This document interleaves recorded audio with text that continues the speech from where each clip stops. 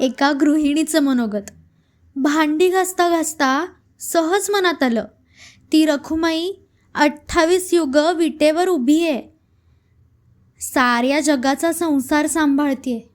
निदान आपण एक दिवस तरी आपल्या संसारातून वेळ काढून जाऊन यावं तिच्या दर्शनाला. पण त्यासाठी घरची सोय करायला हवी.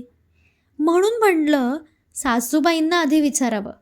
सासूबाईंसमोर प्रस्ताव मांडला आणि त्यावर त्या म्हणल्या, पंढरपूरला जायचं आहे म्हणतेस, पण तू गेलीस तर 2 दिवस घरातलं स्वयंपाक पाणी, केर वारा, मुलाबाळांचं सगळं, घरच्या आजी आजोबांचं कोण करणार? माझ्या एकटीनं काही आता शक्य होणार नाही. काही सोय होते का बघ.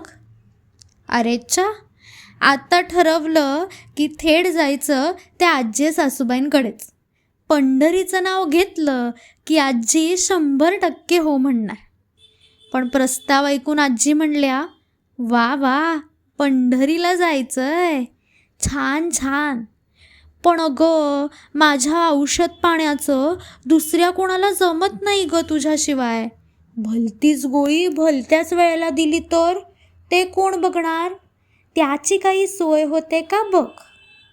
आईंचं घरकाप आणि आजींच्या औषधाच्या वेळा, अगदी दोन्हीचीही सोय होणार असा हुकमी एकाच माझ्या समोरून आला.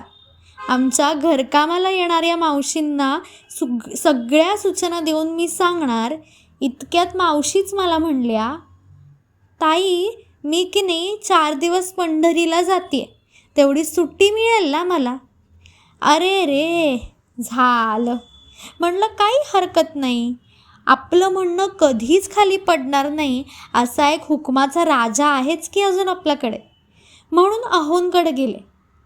पण अहोंनीच आल्या चावीत दाणकन टेबलावर आपटली आणि मला सांगितलं, हे बघ, 4 दिवस महत्त्वाची मीटिंग आहे माझी, मला सगळं काही वेळेवर मिळायला हवं. झालं, आता प्लॅन कॅन्सलच अशी खात्री मनाशी बांधणार तितक्यात माझ्या कानावर हाक आली, आई ग, परवा प्रोजेक्ट सबमिट करायचं आहे मला, मदत कर, माझ्या एकटीच्याने एवढं नाही जमणार ग. असं वाटलं की ती विटेवरची रखुमाई कटेवर हात ठेवून माझ्याकडे बघून खुदकन हसते. आणि मग काय, पदर खोचला, बांगड्या मागे घेतल्या, पुन्हा उरलेली भांडी घासायला लागले आणि मनात म्हटलं, कशाला जाताय दूर, अहो इथेच आपले पंढरपूर.